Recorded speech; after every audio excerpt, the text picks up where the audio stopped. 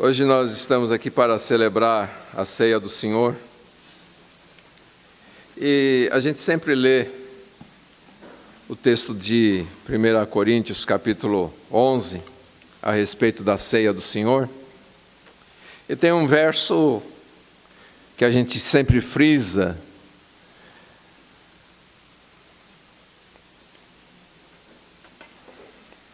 é o verso 28, que diz assim: examine, pois, o homem a si mesmo, e desta forma coma do pão e beba do cálice. Eu gostaria nessa manhã tentar entender melhor esta questão de examinar o homem a si próprio e participar dignamente da ceia do Senhor. Mas para a gente entender melhor esta questão de como examinar e como tratar com os nossos corações, eu quero ler e meditar no Salmo 130. Então diz assim: Senhor, das profundezas clamo a Ti. Senhor, escuta a minha voz. Estejam Teus ouvidos atentos às minhas súplicas. Senhor, se atentares para o pecado, quem resistirá, Senhor? Mas o perdão está contigo, para que sejas temido. Espero no Senhor, minha alma o espera, em Sua palavra eu espero. Espero pelo Senhor mais do que os guardas pelo amanhecer, sim, mais do que os guardas esperam pela manhã. Ó Israel, coloca a tua esperança no Senhor, pois no Senhor há amor fiel e nele há plena redenção. Ele redimirá a Israel de todas as suas maldades. Amém. Vamos orar. Pai querido, acabamos de ler a tua palavra e precisamos que o Senhor traga a revelação das tuas verdades. Precisamos que o teu Espírito nos dê entendimento, compreensão nas Escrituras. Fala conosco, trabalha, Senhor, o nosso coração, leva-nos ao lugar que tu queres que estejamos. Faz a tua obra em nossos corações e glorifica Jesus, em nome de quem oramos. Amém. Amém, queridos. Embora esse texto não aparece a palavra arrependimento, mas na verdade arrependimento é o tema deste salmo. Como a gente já tem dito, infelizmente arrependimento caiu de moda, né? Não se fala mais sobre arrependimento. Há uma ideia de que se a gente está na igreja, se a gente está em Cristo, então automaticamente todos os nossos pecados são perdoados, né? E as pessoas que pensam desta forma, de que simplesmente fazer uma oração no fim do dia e falar palavras como essa: Senhor, perdoa os pecados que eu cometi no dia de hoje. Então, tudo está resolvido, né? Mas a verdade não é bem assim. Porque existe uma compreensão muito errada a respeito de arrependimento e perdão. Porque todo perdão exige uma mudança em nossas vidas, uma mudança no nosso comportamento. E então, muitas vezes, as pessoas têm confundido o arrependimento com sentir um pesar, né? Ela se sente triste, porque ela fala: poxa, pisei na bola. Então, lá na sua mente, ela pensa desta forma e ela sente um pouco de tristeza. Outros confundem arrependimento com remorso, né? Fica ali chateado, fala: poxa, o que eu fui fazer? Por que eu fiz isso? Mas fica só nisso também, né? Fica triste, fica pensando, pensativo: por que eu fiz isso? Mas o verdadeiro arrependimento, ele tem essa questão de a pessoa ficar triste, Tem essa questão, sim, da pessoa ficar chateada porque fez determinadas coisas, mas também envolve um desejo profundo de mudança, de nunca mais fazer aquelas coisas que, sabe, entristeceram a Deus, e é por isso que ela também se sente ali um tanto quanto triste. Então, queridos, nós não podemos nos enganar. Se nós estamos de fato arrependidos dos nossos pecados, nós devemos estar prontos para mudar as coisas em nossas vidas. Devemos estar prontos para abandonar aquilo que nós sabemos entristeceu a Deus, foi contra a palavra de Deus, e por isso nós nos sentimos maus. Então, esse salmo é muito interessante, porque ele vai abordar esta questão de uma forma assim, que parece que ele não está falando sobre isto, mas, na verdade, ele vê a situação em que ele se encontra por causa do seu pecado. E é interessante porque ele começa aqui dizendo que ele está nas profundezas. E ele diz: Senhor, das profundezas clamo a Ti. Então, vamos tentar entender o que o salmista está realmente dizendo aqui, essa questão das profundezas. Para a gente entender, então, vamos até o Salmo de número 88 e vamos ver por que ele está nas profundezas clamando a Deus. Salmo 88, versos 6 e 7, diz assim: Tu me lançaste na cova mais profunda, em lugares escuros, nas profundezas. Tua ira pesa sobre mim, tu me arrastaste com todas as tuas ondas. Então, por que o salmista está nas profundezas? E ele diz aqui que foi o próprio Deus que o lançou nas profundezas, nos lugares escuros, e a ira de Deus estava pesando sobre ele, e as ondas de Deus estavam todas sobre ele, o arrastando para essas profundezas. Então, queridos, estas ondas aqui que o salmista fala, estão, na verdade, falando a respeito do desprazer de Deus com os nossos pecados. Deus olha e Ele sente um desprazer toda vez que nós cometemos um pecado. E quando Ele sente esse desprazer, essas ondas vêm sobre nós e nos cercam. E então parece que a gente está afundando, literalmente parece que a gente está afundando, né? E então a gente fica como que meio perturbado, né? O coração fica atribulado, a gente perde a paz, a gente fica inquieto. E muitas vezes a gente não entende que essa tristeza, essa angústia, essa atribulação é resultado de um pecado.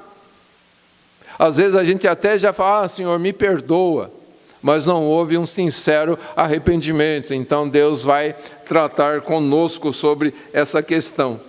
Então tudo isso parece meio confuso, né? Porque a gente fala do amor de Deus, a gente tem estudado a maneira tão maravilhosa como Deus resolveu nos resgatar, né? Deus nos escolheu e resolveu nos resgatar, nos salvar, derramou seu sangue para nos purificar de todo pecado, declarou a justiça de Cristo sobre nós, como nós temos estudado, mas de repente a gente olha e vê que Deus sente um desprazer na nossa vida. E esse desprazer leva a Deus a agir de forma contrária àquilo que nós pensamos sobre o amor de Deus sobre nossas vidas. Então, essa, na verdade, é uma verdade meio complicada para a gente, né? Porque muitos podem pensar: será que Deus realmente coloca o seu povo nessas profundezas, nesse abismo? Será que Deus realmente sobrecarrega as pessoas, os seus filhos, com essas ondas de desprazer? Então, para a gente entender mais sobre essas coisas, a gente precisa fazer algumas perguntas. Deus realmente nos ama? Deus nos ama mesmo quando nós pecamos? Será que Deus nunca fica irado com a gente? Será que Deus nunca se desagrada das nossas vidas? Pelo fato de nós estarmos em Cristo, pelo fato dele ter nos declarado justos em Cristo, porque ele colocou o seu sangue sobre nós, será que Deus nunca se desagrada de nós? O que vocês acham? Alguém pode responder isto com, por exemplo, Romanos capítulo 8, versos 38 e 39, que diz assim: pois tenho certeza de que nem a morte, nem a vida, nem anjos, nem autoridades celestiais, nem coisas do presente, nem do futuro, nem poderes, nem altura, nem profundidade, nem qualquer outra criatura poderá nos separar do amor de Deus que está em Cristo Jesus, nosso Senhor. Então, essa é uma declaração muito forte da palavra de Deus. Mas aí a gente lê o Salmo, e a gente sabe que a palavra de Deus é uma única verdade, e não há incoerências na palavra de Deus, mas o salmista está declarando aqui que Deus fez com que suas ondas o afundassem nas profundezas do abismo. Se nada pode nos separar do amor de Deus, então como que esse Deus que nos ama lança as suas ondas sobre nós, todas as suas ondas de desprazer, de ira contra o pecado, e nos lança nas profundezas do abismo? Nós que estamos em Cristo. É isso que a gente vai tentar entender aqui, queridos. Como que esse amor de Deus faz isso com a gente. Ao ponto de muitas vezes a gente pensar que Deus não nos ama. Então, vamos entender aqui. E aí, para tentar entender essa questão do amor, a gente vai entrar numa coisa mais complicada ainda, numa verdade mais complicada, para dizer que Deus nos ama de duas maneiras.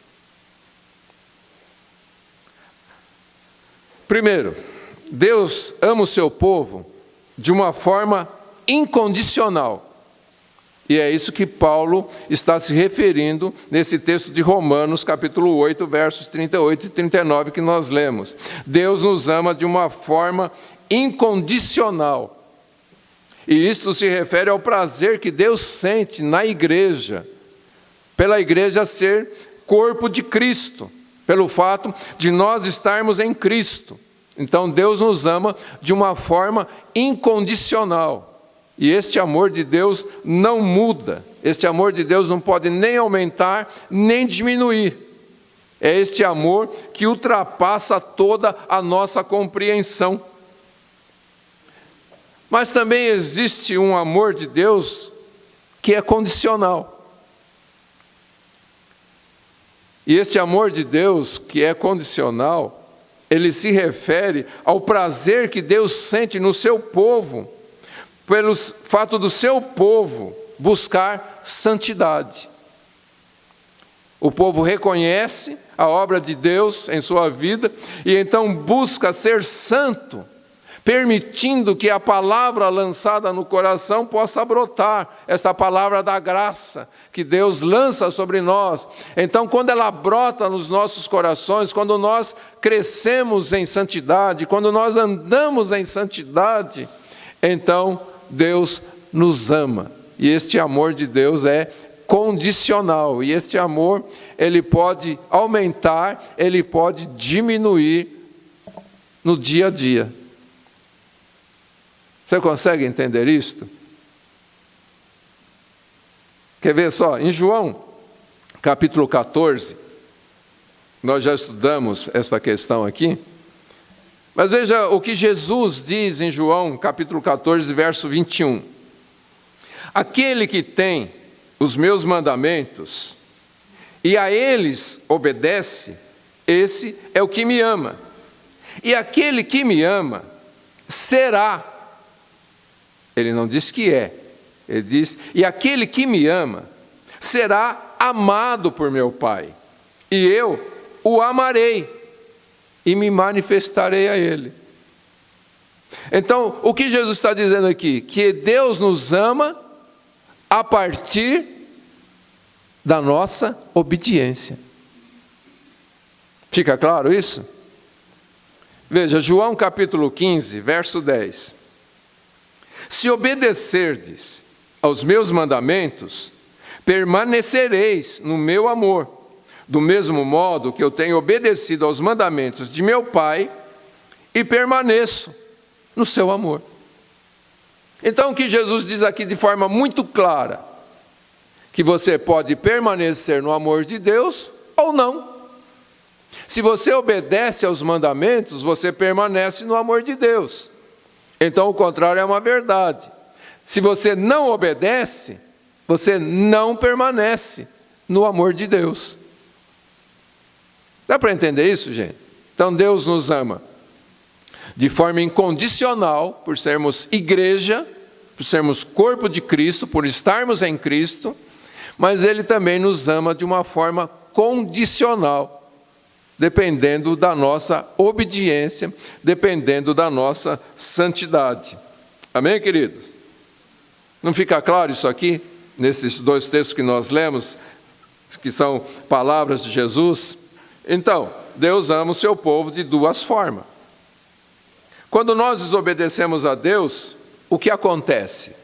Por um lado, Deus nos ama de forma incondicional. E mesmo quando nós pecamos, este amor dele por nós não muda. E ele não nos lança para o inferno. Por outro lado, quando nós pecamos, o amor condicional de Deus cessa sobre nossas vidas. E vem sobre nós as ondas do desprazer de Deus. E essas ondas nos arrastam para as profundezas. Fica claro isso, queridos? Dá para entender? Então, o que este amor condicional de Deus, o que na verdade ele é? Deus para de agir com o seu amor sobre nossas vidas. Ele não deixou de nos amar, mas Ele não vai agir com o seu amor sobre nós. Essa ação do amor de Deus, ela para e vem as ondas do desprazer de Deus sobre nossas vidas. Então, quando nós pecamos, é isto que acontece. Deus sente um desprazer em nossas vidas.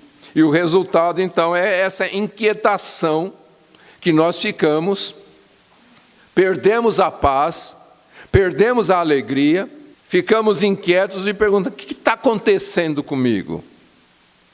Você já se fez essa pergunta? O que está acontecendo? Por que eu estou me sentindo desse jeito? Por que eu perdi a paz? Por que eu perdi a alegria? Então, queridos, essa é a resposta. Nós estamos afundando nas ondas do desprazer de Deus. Em decorrência disso, somos levados às profundezas. Fica claro isso? Provavelmente essa é uma experiência que todos nós temos passado. Quem nunca perdeu o sono sem saber a razão? Fica lá se revirando na cama, não consegue dormir. O que está acontecendo? Por que eu estou me sentindo assim? Quem já não teve os seus nervos desgastados? Basta uma palavra de alguém para você explodir. E a pessoa: o que eu fiz? Do nada a gente perde o humor, perde a alegria, perde a paz. Pega a Bíblia, vou ler a Bíblia, vamos ver se melhora. Não consigo ler. Vou orar. Ajoelha, não tem palavras. Não consigo orar. Deixa eu dar uma volta para esfriar a cabeça. E muitas vezes a pessoa prefere se isolar, porque ela, se alguém falar alguma coisa eu vou explodir, então deixa eu ficar quieto, no meu canto, não quero saber de ninguém. E muitas vezes a gente até mesmo julga a própria igreja, achando que, eu estou me sentindo assim porque aqueles irmãos são muito legalistas, não é? Eles ficam exigindo muito da gente e é por isso que eu não tenho nem vontade de ficar perto.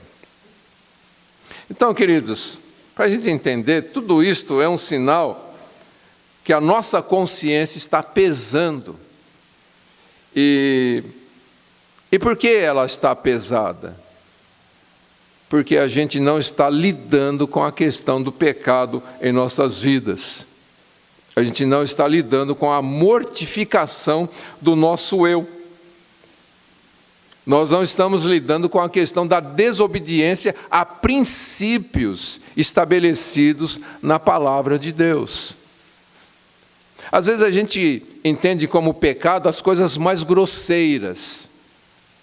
Mas toda vez que a gente quebra um princípio que Deus estabelece na sua palavra, nós estamos pecando contra Deus. Amém, queridos? Todo princípio quebrado é pecado. A palavra de Deus mostra como deve ser, por exemplo, o nosso relacionamento. Lá em Efésios, a palavra de Deus fala a respeito de todos os nossos relacionamentos.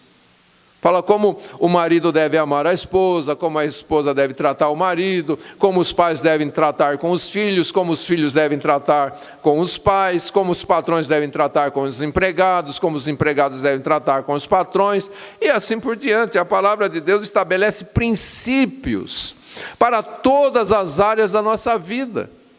E quando nós quebramos princípios, nós estamos cometendo pecado. A Bíblia diz, aquele que sabe fazer o bem e não faz, comete pecado.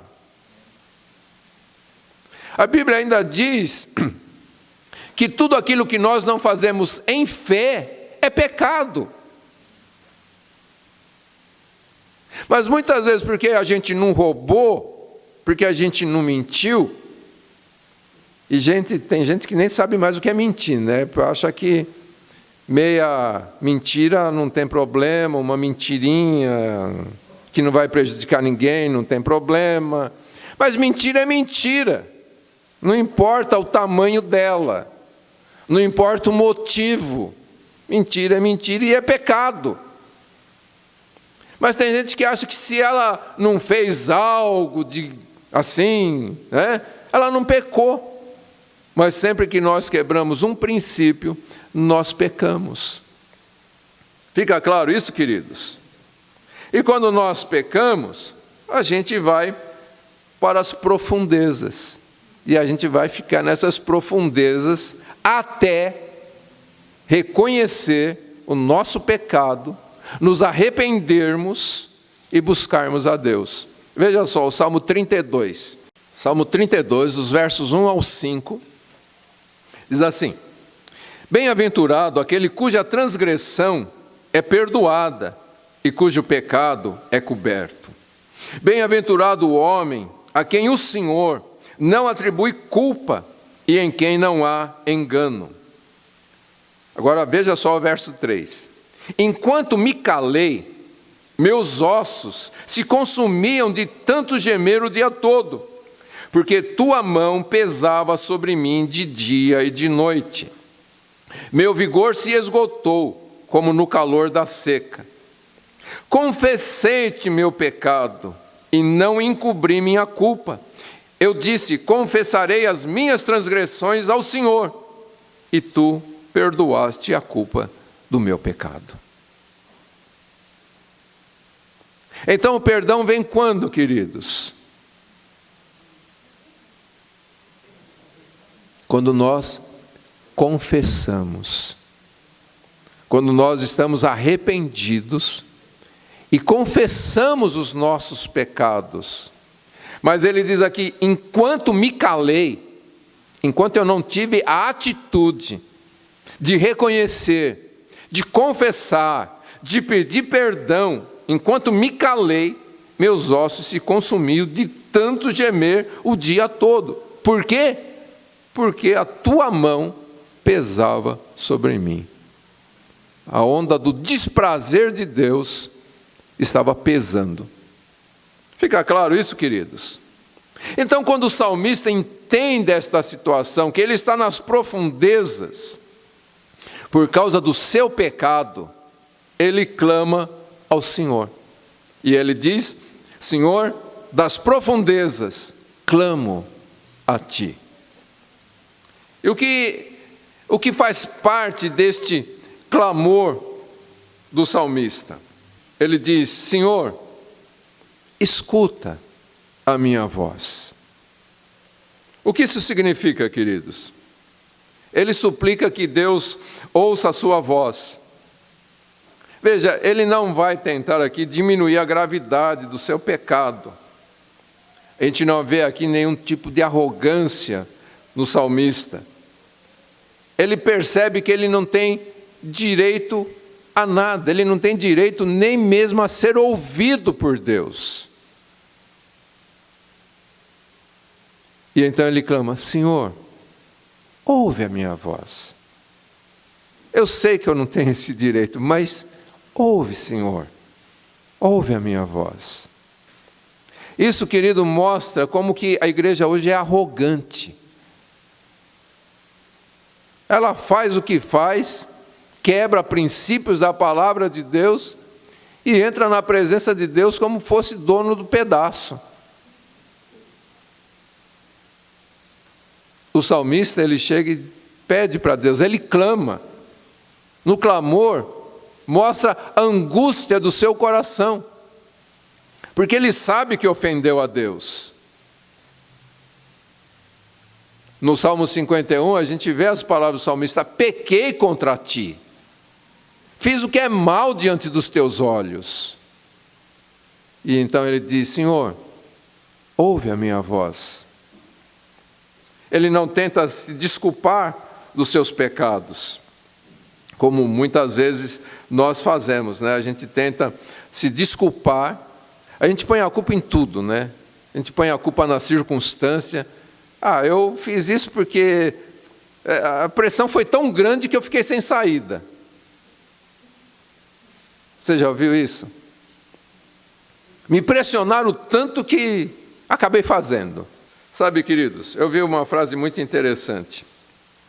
Circunstâncias não nos fazem agir como nós agimos, mas elas nos mostram aquilo que nós somos. Não é a circunstância que nos faz agir daquela forma. A circunstância só pôs para fora aquilo que já estava lá dentro. Mas é interessante porque muita gente também se desculpa do seu pecado, pensando que fazer parte de um grupo muito grande é seguro. Você já ouviu a pessoa que diz assim: todo mundo faz isso? Então, se você faz parte de uma coisa que todo mundo faz, tudo bem, é seguro. Pensa numa pessoa com câncer. Ela fica aliviada por saber que existem milhares de pessoas com câncer? Ela vai: não, é normal, tudo bem, é normal. E por que quando um cristão peca, ele diz: é normal, todo mundo faz? Então, fazer parte de um grande grupo não é segurança nenhuma, ok? Outros se desculpam convencendo-se que o que ele fez é relativamente muito pequeno diante do que outros estão fazendo. Então a pessoa diz: eu nunca fiz o que ele já fez. O que eu fiz em comparação ao que ele fez não é nada. Quer dizer que cometeu um pecadinho, tudo bem, não pode cometer pecadão. É interessante porque a Bíblia nunca mostrou que existe pecadinho e pecadão. A Bíblia só diz que existem pecados. Aí a gente tem e vê como isso acontece muito quando a gente lê nas Escrituras a parábola do fariseu e do publicano. Que o fariseu chega, fica em pé no meio da sinagoga e diz em bom e alto som: Graças te dou, ó Deus, porque não sou como os demais homens. Olha, esse mundo está perdido. Graças a Deus que eu não sou assim. E a gente pensa que a gente é santo. Apesar de tudo, a gente está na igreja, né? Então, há outros que se desculpam dos seus próprios erros, se convencendo que aquilo é normal. E usa a seguinte frase: errar é humano. Todo mundo erra, quem não erra? Sabe, quando a gente tem esse tipo de pensamento, na verdade a gente está ignorando a natureza do pecado.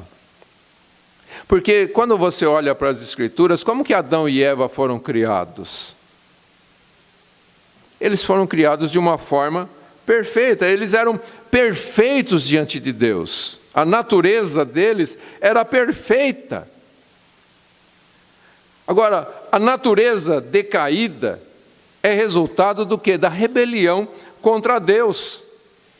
Então, o pecado, queridos, não é testemunho da nossa humanidade. Pecado é testemunho da nossa depravação, e não de humanidade, porque a humanidade foi criada perfeita. Mas o homem se tornou depravado porque desobedeceu a Deus. Então, errar não é humano, não. Errar é coisa de gente depravada. Mas a gente tem que entender isso, queridos. Nós somos seres completamente depravados. Por isso, nós precisamos que o Espírito Santo de Deus nos leve à santificação. Então, o salmista aqui, ele reconhece, ele sabe que ofendeu a Deus. E ele sabe o que ele merece. E por isso ele não vai fazer barganhas com Deus, ele não vai tentar negociar com Deus, ele não vai minimizar a sua culpa, ele não vai banalizar o pecado, ele não tenta se desculpar diante de Deus, ele não tenta se justificar diante de Deus. Ele sabe que a culpa está sobre a sua cabeça, ele sabe que este fardo é pesado demais para carregar. Então a única coisa que ele sabe que ele pode fazer é: Senhor, ouve a minha voz. Eu sei que eu sou indigno de ser ouvido, mas, Senhor, ouve a minha voz. Amém, queridos? E a segunda coisa, então, que ele vai falar é: Senhor, estejam teus ouvidos atentos às minhas súplicas. E ele vai suplicar por quê, queridos? Embora a palavra não apareça aqui, mas ele está suplicando por misericórdia. Ele está pedindo que Deus tenha misericórdia da sua vida. A gente precisa entender a questão da graça e da misericórdia de Deus. A graça de Deus é a bondade de Deus manifestada sem mérito nenhum de uma pessoa. A pessoa não merece, mas Deus, na sua graça, concede a sua bênção. Mas a misericórdia de Deus é a sua bondade concedida em oposição ao mérito. Porque o que um pecador merece? A morte, o inferno. Mas na misericórdia, Deus age em oposição ao mérito da pessoa. E é isso que o salmista está pedindo para Deus, que Deus tenha misericórdia da sua vida. Porque nós, como pecadores, nós merecemos somente o castigo da parte de Deus. Então o salmista está pedindo que Deus lide com ele com base na misericórdia, de uma forma contrária àquilo que ele merece. A gente precisa entender bem isso aqui, queridos. Porque a gente sempre acha que a gente tem alguns pontos positivos com Deus. Não é verdade? Porque a gente tem alguns acertos, né? A gente tem muitos erros, mas a gente tem alguns acertos. Não é? Ou não? E a gente acha que por causa desses acertos, então a gente tem crédito. Porque a gente fez uma coisa boa, então a gente tem crédito para fazer uma coisa ruim e zerar. O que a gente não entende, querido, é que a nossa conta está negativa. A gente não tem crédito, não. A coisa está feia. Então, querido, a gente não merece nada. Porque muitas vezes a gente chega para Deus, Senhor, eu mereço uma segunda chance. Você não merece, não. E o salmista entende isso. E ele pede que Deus o trate de forma contrária ao que ele merece. Por isso ele clama por misericórdia.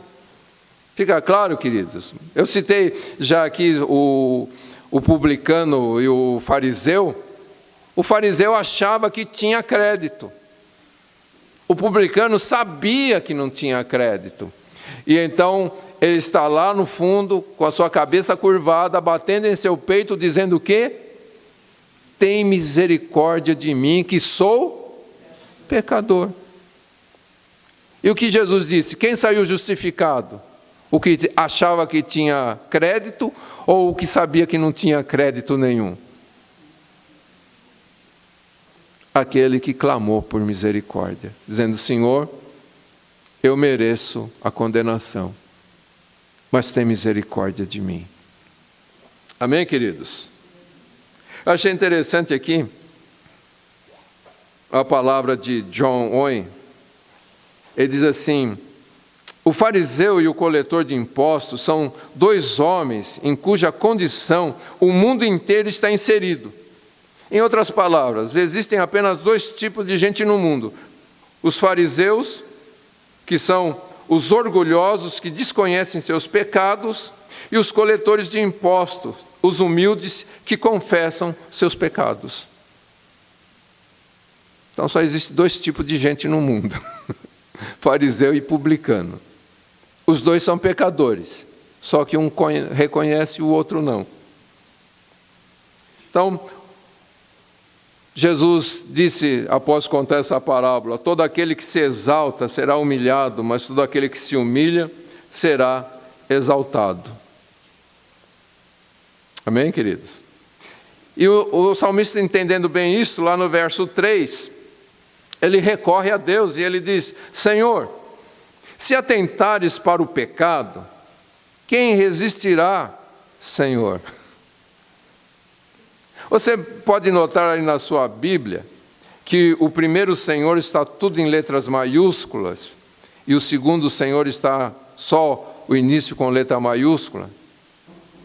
Porque são duas palavras distintas. E o salmista está confiante que Deus vai realmente atender a sua oração, porque ele reconhece a natureza do perdão de Deus. Então, na primeira frase, quando ele diz Senhor, e esse Senhor com letras maiúsculas, ele está se referindo a Iavé, e por isso a tradução é tudo maiúscula. Ele está chamando Deus daquele que é o Deus eterno, o Deus imutável, o Deus criador de todas as coisas. E então o ponto que o salmista entende aqui a respeito de Deus é que Deus vê todas as coisas, porque Ele é o Deus eterno, tudo está diante dos seus olhos. Não há nada escondido diante de Deus. Amém, queridos? Amém? Nada está escondido de Deus. A segunda vez que ele fala Senhor, então ele usa a palavra Adonai. E ele está se referindo à autoridade e soberania de Deus, ao Deus que julga todas as coisas. Então, quando ele usa esta frase, Senhor, se atentares para o pecado, quem resistirá, Senhor? Ele está dizendo, Senhor, se tu que conhece todas as coisas, se o Senhor que vê todas as coisas, se o Senhor agir na sua autoridade, na sua soberania, então, Senhor, quem é que vai aguentar? Quem é que vai resistir? Quem é que vai permanecer? Então, ele está olhando para um Deus que vê e julga todas as nossas iniquidades. Então, queridos, se Deus vê e julga todas as coisas, se esse Deus fosse nos marcar, isto é, nos reservar para o juízo, quem iria sobreviver? Quem iria resistir? Quem poderia permanecer na presença de Deus por um segundo sequer? E é isso que ele está dizendo: Senhor, se o Senhor atentar, Senhor, se atentares para o pecado, quem resistirá, Senhor? E então ele percebe que ele está nessas profundezas por causa do seu pecado. E ele diz: Senhor, eu estou aqui, debaixo das ondas do teu desprazer. Estou nessa cova tão profunda, porque o Senhor viu em mim pecado. Se o Senhor continuar olhando para o meu pecado e não tiver misericórdia, Senhor, quem vai poder resistir? Então o que ele está pedindo, querido, que Deus não o trate segundo aquilo que ele merece. E é interessante como ele coloca essas duas coisas, né? O seu pecado, a escuridão do seu pecado e a certeza desse juízo de Deus, da santidade de Deus. A gente vê duas coisas, uma coisa tão escura e uma coisa tão brilhante. A escuridão do pecado e o brilho da glória de Deus. E no contraste de tudo isto, aparece o perdão de Deus. Ele tem certeza que ao confessar o seu pecado, ele será perdoado. E então ele diz no verso 4: mas o perdão está contigo, para que sejas temido. Então veja só, queridos, ele reconhece que a situação em que ele está é por causa do seu pecado, mas ele reconhece que Deus pode perdoá-lo. Ele não tem medo de Deus. E por isso ele clama por misericórdia e diz: Deus, não me trate como eu mereço. Porque o Senhor é um Deus que pode perdoar. O perdão está com o Senhor. Ele conhece, então, a natureza de Deus. Veja só, lá em Êxodo, capítulo 34, diz assim, nos versos 6 e 7. Tendo o Senhor passado diante de Moisés, proclamou: Senhor, Senhor, Deus misericordioso e compassivo, tardio em irar-se e cheio de bondade e de fidelidade, que usa de bondade com milhares, que perdoa a maldade, a transgressão e o pecado. Então veja, Moisés reconheceu que Deus é um Deus que perdoa. E o salmista está reconhecendo também isto, que Deus é um Deus que perdoa. E então, a primeira coisa que a gente precisa entender, queridos, é que a gente não precisa convencer Deus a nos perdoar. Tá? Que a gente chega diante de Deus tentando negociar com Ele o nosso perdão, prometendo 1000 coisas para Ele. A gente tem que entender isto. Deus está disposto a nos perdoar, porque Ele é um Deus que perdoa. E a confiança do salmista não estava em suas próprias promessas. Porque a gente tem essa mania de fazer promessa, né? Se eu sair dessa, nunca mais. Quanto tempo dura o nunca mais? Chega a durar 1 minuto? Então o salmista reconhece isso, ele diz: contigo está o perdão, não é comigo. Não depende de mim. Não depende das minhas promessas. Não depende das minhas propostas para o futuro. Depende só da misericórdia dele. E ele diz: contigo está o perdão. Amém, queridos? Mas é interessante como ele coloca, ele diz: mas o perdão está contigo para que sejas temido. Olha, queridos, o que o perdão de Deus, o verdadeiro perdão de Deus, provoca na vida de uma pessoa: temor. Então, esse temor que está no coração do homem procede dessa experiência com a bondade de Deus. Nós percebemos que nós merecíamos a condenação, mas Deus, na sua misericórdia, nos perdoa. E é interessante o que significa o perdão de Deus nas nossas vidas. O perdão de Deus é que Deus nos coloca aonde só Ele merece estar, no reino. E Ele se coloca no lugar onde nós merecíamos estar, na cruz. Veja a troca que Deus faz para nos perdoar. Ele se coloca onde nós merecíamos e nos coloca onde Ele merece estar. E o salmista está dizendo: quando eu entendo isto, quando eu entendo o que é perdão de Deus, eu passo a ter temor. Porque eu sei do preço que foi pago para que eu pudesse ser perdoado. Não foi uma simples palavra de Deus. Deus pagou um preço muito alto para nos perdoar. Deus pagou o nosso perdão com o precioso sangue do seu Filho lá na cruz. O apóstolo Pedro diz: não foi com coisas como ouro e prata que nós fomos resgatados, mas foi com o precioso sangue de Jesus.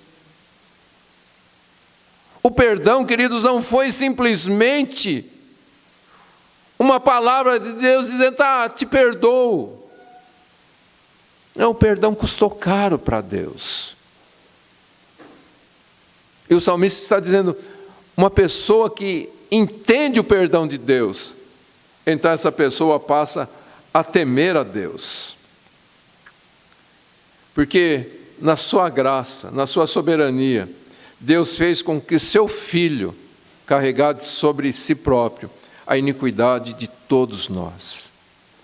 Isaías, profetizando, diz: o castigo que nos traz a paz estava sobre ele, mas ele foi traspassado pelas nossas iniquidades, ele foi moído por causa das nossas transgressões. Esse é o preço do perdão de Deus. E o salmista sabe que cometeu uma grande ofensa contra Deus ao quebrar os seus princípios. Ele sabe que ele é totalmente indigno. E ele clama por misericórdia de Deus. E ele declara: eu sei que o Senhor pode me perdoar. E se o Senhor me perdoar, o meu coração vai se encher de temor. Amém, queridos?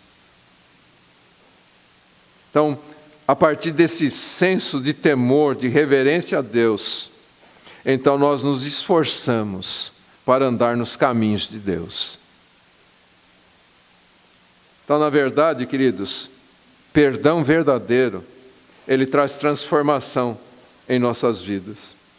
Ele faz com que nós temamos a Deus. Nós tememos perder este olhar de amor de Deus.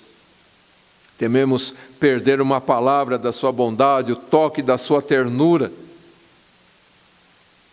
E então a gente vai entender o que Jesus disse para aquela mulher que estava na casa de Simão, chorando aos pés de Jesus, lavando os pés de Jesus com suas lágrimas, enxugando com seus cabelos, ungindo os pés de Jesus. Simão fica revoltado com aquilo e diz: se ele fosse de fato um profeta, ele saberia quem é esta mulher.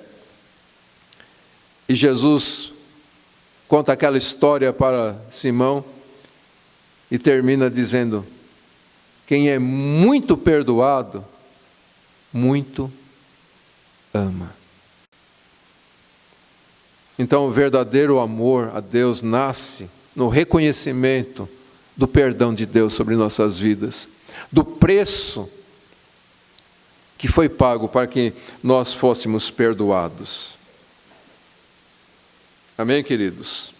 Então, quando nós entendemos a natureza do perdão, e como o perdão traz uma transformação em nossas vidas, a gente vai mudar de atitude. Tem muita gente que lamenta os seus pecados. Não devia ter feito isto. Olha a confusão em que eu fui me meter porque eu fiz isso. Mas ela está vendo as consequências ali presentes. E então ela lamenta os seus pecados. Tem as pessoas que lamentam as consequências negativas do pecado. O sofrimento, a decepção, a frustração, a vergonha. Mas quando nós lamentamos, porque estamos sentindo dor, porque estamos num certo desconforto, porque nós queremos que aquela confusão desapareça, isso significa que nós ainda não acertamos de fato com Deus. Muitas vezes nós estamos somente frustrados, perplexos, gostaríamos que as coisas fossem diferentes. Mas temos que entender uma coisa, queridos: lamentação não é arrependimento. Se nós olharmos para vários exemplos das Escrituras, nós vamos ver que Esaú se lamentou. Por quê? Porque ele perdeu o seu direito de primogenitura. Nós vemos que Saul se lamentou. Por quê? Porque ele viu que estava perdendo o reino. Nós vemos que Acabe se lamentou. E por que ele se lamentou? Porque ele viu que estava perdendo o reino. Judas se lamentou, porque viu que pisou na bola. Mas nenhum deles se arrependeu diante do Senhor. Então, lamentação não significa arrependimento. Amém, queridos? Quando nós nos arrependemos dos nossos pecados, nós não damos desculpas para eles. A gente vê nas Escrituras, quando Adão e Eva perceberam que tinham pecado contra Deus, o que eles fizeram? O que Adão falou? Foi a mulher. O que a mulher falou? Foi a serpente. E a partir daí, nós que somos descendentes de Adão, passamos a agir que nem ele. A gente sempre tenta dar uma desculpa para os nossos pecados. Na verdade, nós somos um poço de desculpas. Né? A gente consegue arrumar desculpa para tudo. É ou não é? Você já ficou numa situação que você não soube como se desculpar com a pessoa? Você vai buscar até quem já morreu. Eu herdei da minha avó isso. Mas o que o salmista está dizendo aqui, queridos, é que quando o Espírito Santo de Deus opera nos nossos corações, as desculpas cessam. Nós vamos ver o nosso pecado como Deus vê. E como é que Deus vê o pecado? Basta a gente olhar para a cruz e ver como o pecado desagrada a Deus. Nós vamos entender que o pecado nos afasta de Deus, porque o pecado, na verdade, é uma arrogância contra Deus. Por que arrogância contra Deus? Por que a gente quebra um princípio? Porque a gente pensa que sabe mais do que Deus. Deus disse que tem que ser desse jeito, mas por que tem que ser desse jeito? Não precisa ser desse jeito. Não é arrogância? Pecado, querido, é uma injustiça contra a justiça de Deus. O pecado é a ignorância querendo se igualar com a sabedoria de Deus. O pecado é a teimosia contra a vontade de Deus. É uma perversidade contra a bondade de Deus, porque é a transgressão da lei de Deus. Pecado, gente, é coisa grave. Que, na verdade, o pecado é o ódio contra o amor de Deus. É como a gente tentar assassinar o próprio Deus, dizendo que nós somos maiores do que Ele. Nós somos melhores do que Ele. Nós somos mais sábios do que Ele. Então, quando nós vemos o nosso pecado como de fato Ele é, nós vamos dizer como Davi disse: pequei contra o Senhor. Pelo que será justo se me condenares. Não é o que Davi fala lá no Salmo 51? Se o Senhor me condenar, o Senhor é justo. Porque eu pequei contra o Senhor. Amém, queridos?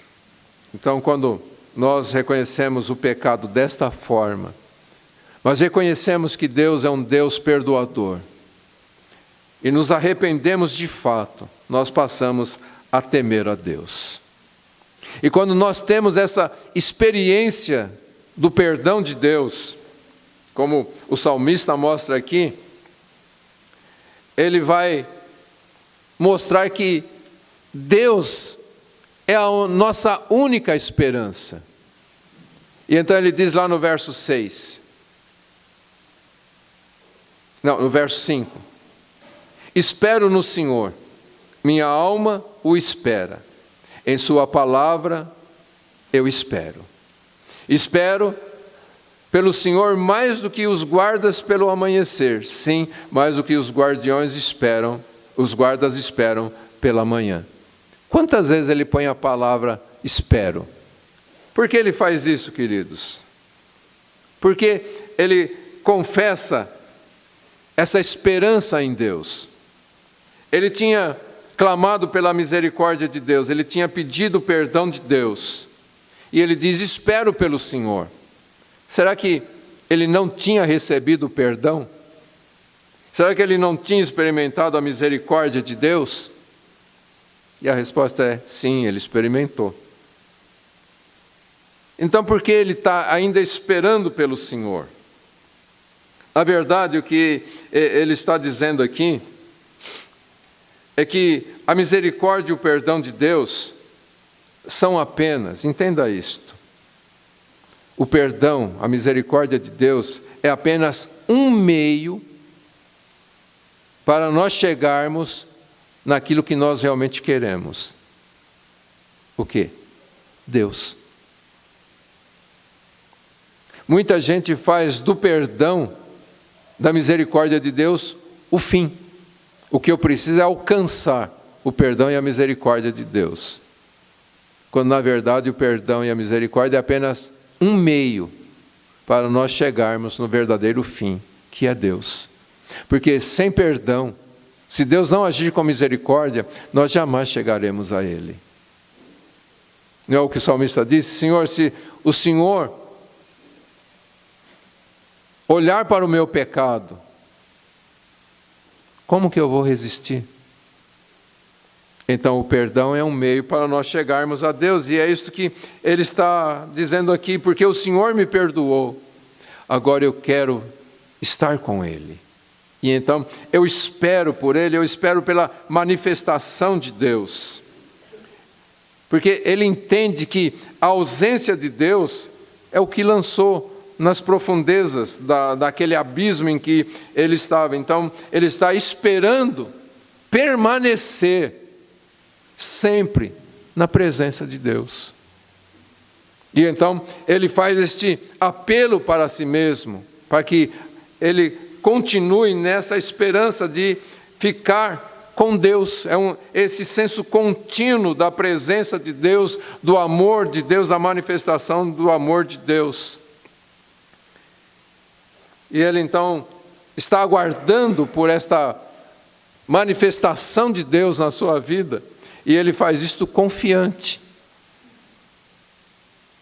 A esperança dele não está fundamentada, nem é sem propósito, mas a sua esperança está na palavra de Deus.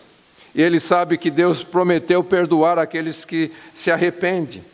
E então, ansiosamente, ele está aguardando pela vinda do Senhor em sua vida. E isso faz com que a gente perceba ou entenda como deve ser o nosso viver aqui na terra. A gente deve viver cada dia na expectativa da manifestação da presença de Deus em nós. E devemos viver na expectativa da volta de Jesus. E isto com temor no coração. Porque se eu tenho a expectativa de que Deus se manifeste na minha vida, o que eu preciso fazer? Se eu quero que Deus se manifeste na minha vida, o que eu preciso fazer? Palavras de Jesus.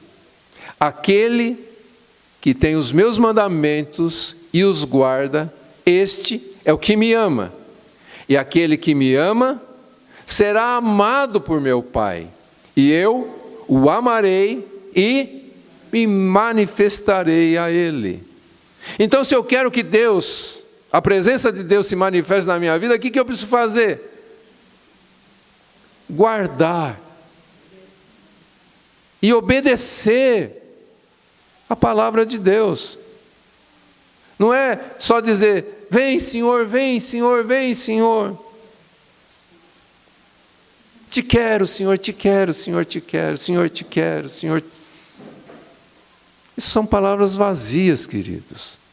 A gente atrai a presença de Deus com obediência à palavra. Se você não obedecer a palavra, você pode clamar o dia inteirinho pela presença de Deus e ela não vem. Se eu tenho a expectativa pela volta de Jesus, eu tenho que amar a santidade de Deus. Porque sem vida santa, ninguém verá o Senhor.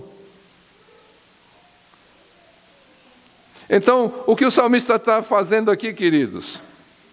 Ele reconhece que o pecado o afastou completamente de Deus. O pecado o lançou nas profundezas.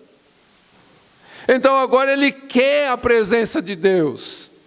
Ele quer permanecer na presença de Deus.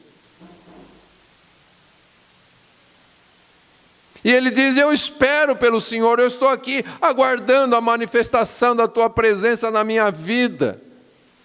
E é por isso que ele vai declarar lá no Salmo 119, Senhor, como eu amo a tua palavra.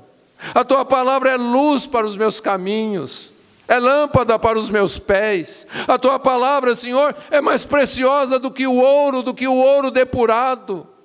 A tua palavra, Senhor, excede as mais finas joias. De tudo que se pode desejar, Senhor, eu desejo a tua palavra. É isso que ele está dizendo, Senhor, eu espero no Senhor. A minha alma espera no Senhor. A minha alma espera na tua palavra, apoiada na tua palavra, na tua verdade. E então ele está aguardando por esta manifestação, mas esse aguardo envolve isto, o conhecimento e a obediência à palavra de Deus. E quando a presença de Deus retorna, então a gente sai das profundezas para as alturas. E o salmista, entendendo isso, ele faz um convite. Lá no verso 7, ele diz, ó Israel, coloca a esperança no Senhor, pois no Senhor há amor fiel e nele há plena redenção. Então aquilo que ele experimentou, ele quer que todo Israel experimente. E ele diz que ao aceitar este convite, a pessoa vai experimentar duas coisas.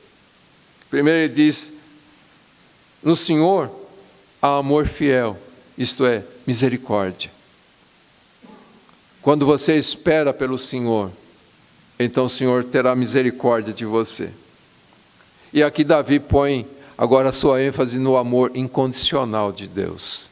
Deus vai amar você com amor fiel e verdadeiro. E aí a gente lembra das palavras do apóstolo Paulo: mesmo quando nós somos infiéis, Ele permanece fiel. É o amor incondicional de Deus. E Ele diz: se você colocar toda a sua esperança no Senhor, se você aguardar pelo Senhor, você vai viver desfrutando deste amor incondicional de Deus. É interessante a gente entender este amor de Deus, o amor de Deus é diferente do nosso, porque a gente ama para ser amado, não é verdade? A gente ama para ser amado, mas Deus não. O amor de Deus, como a gente disse, esse amor incondicional de Deus, Deus não precisa ser amado, porque Deus, o nosso Deus, é o trino Deus, Pai, Filho e Espírito Santo. E eles vivem, a gente já estudou isso, Samuel gosta de falar daquela dança da Santíssima Trindade, como eles se cercam entre eles mesmos, eles se amam.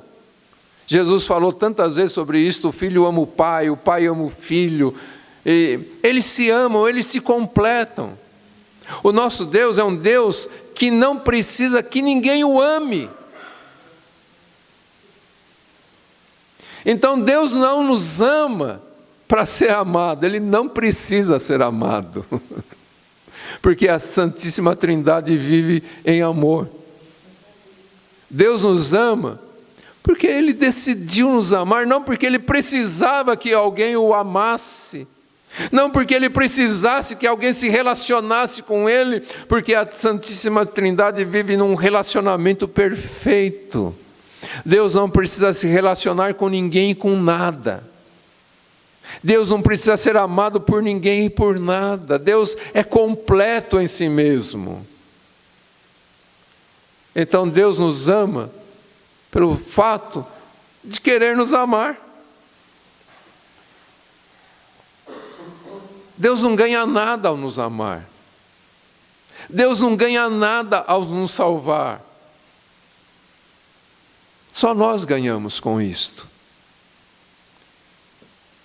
E o salmista está fazendo um apelo para Israel: espera no Senhor, porque no Senhor há amor pleno, há um amor verdadeiro.